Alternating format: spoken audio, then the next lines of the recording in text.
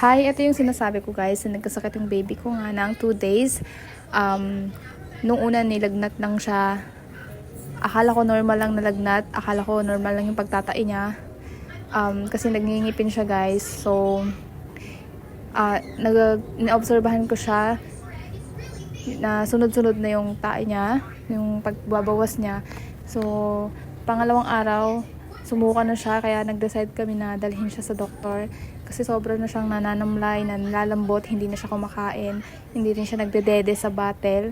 Ang tanging ginagawa niya ay nagdedede lang sa akin. So, ayun yung pang rest back niya na pagkain, yung nakukuha niyang dede sa akin ay sobrang konti na lang din. At buti na lang medyo malakas din siya sa tubig. So, ayun yung nakatulong din sa kanya. Yan yung hindi pa namin siya napapag-check up. Sobrang nanlalambot siya, nakadapa lang, halos hindi na siya nakakatayo.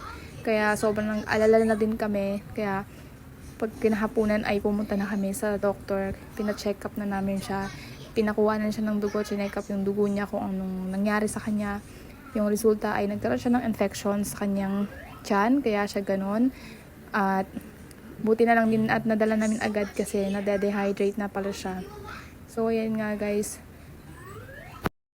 buti na lang inasikaso siya ng mga nurse agad kasi nananamlay na siya nung pagdating namin doon sa clinic. Kinuhaan na agad siya ng dugo para malaman kung ano yung resulta at nakainom na din siya ng gamot.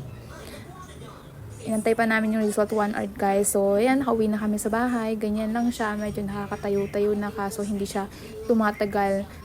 Dumadapa siya agad pag medyo matagal na siyang nakatayo or nakaupo. Yan, ganyan lang siya, nakasandal kay daddy niya.